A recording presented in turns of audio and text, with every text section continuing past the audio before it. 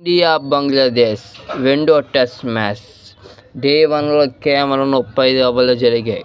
Day 2 లేదు, day 3 లేదు.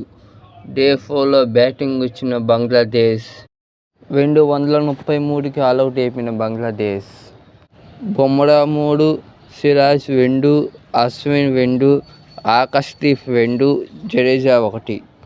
Batting వచ్చిన ఇండియా విశ్వరూపం చూపించింది. రోహిత్ శర్మ, జైస్వాల్ దుమ్ము లేపాడు. రోహిత్ శర్మ 11 బంతులు 23 కొట్టి అవుట్ అయిపోయాడు. జైస్వాల్ 51 బంతులు 72 కొట్టి అవుట్ అయిపోయాడు. జైస్వాల్ 2 సిక్స్లు 12 బౌండ్లకు బాగానే సూపర్ రాణించాడు. T20 మ్యాచ్ చూసినట్టు జరిగింది. గిల్ 39, కోహ్లీ 47. కేవరాల్ ఫామ్ లేవనుకున్న కేవరాల్ కాడ 43 బంతుల్లో 68 కొట్టి 2 సిక్స్లు 7 బౌండరీలకు 68 కొట్టి సూపర్గా రాణించాడు. ఇండియా 9 వికెట్లు కోల్పోయి 285 కొట్టింది.